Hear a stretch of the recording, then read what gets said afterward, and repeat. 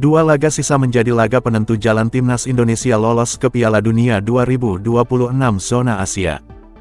Skuad Garuda asuhan Patrick Kluivert saat ini berada di posisi keempat klasemen sementara grup C putaran ketiga kualifikasi Piala Dunia 2026 zona Asia. Pada tanggal 5 Juni tahun 2025 mendatang, timnas Indonesia harus berhadapan dengan timnas China di Stadion Utama Gelora Bung Karno, Jakarta. Kemudian JIZS dan kawan-kawan pun harus menghadapi laga tandang melawan timnas Jepang di Panasonic Stadium, Osaka. Kendati perjalanan masih panjang, tapi peluang lolos langsung ke putaran final masih sangat terbuka lebar, asal beberapa syarat berikut ini terpenuhi. Syarat apa saja yang harus timnas Indonesia penuhi untuk lolos langsung ke final Piala Dunia 2026? Sapu bersih 2 laga. Skuad Garuda bisa langsung lolos ke putaran final Piala Dunia 2026 jika berhasil meraih kemenangan pada 2 laga sisa di putaran ketiga kualifikasi.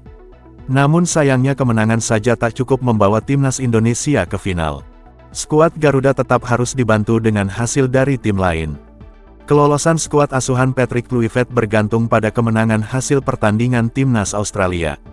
Timnas Indonesia baru bisa lolos jika timnas Australia hanya meraih maksimal 1 poin dari 2 laga sisa.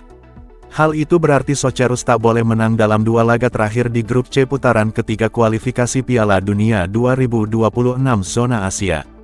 Tak hanya itu saja, timnas Arab Saudi pun tidak boleh menang di 2 laga sisa.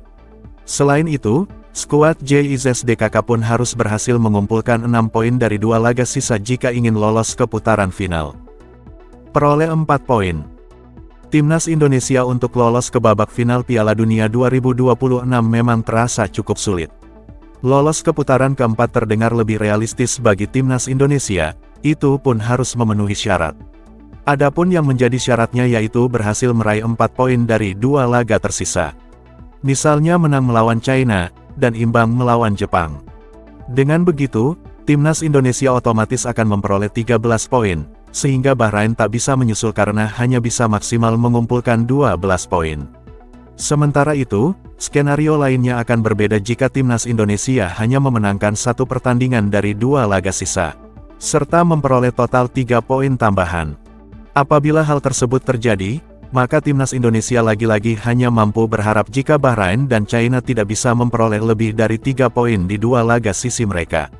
Menempati posisi 4 besar di grup C, timnas Indonesia harus memastikan lolos ke putaran keempat kualifikasi, babak penentu terakhir menuju Piala Dunia 2026.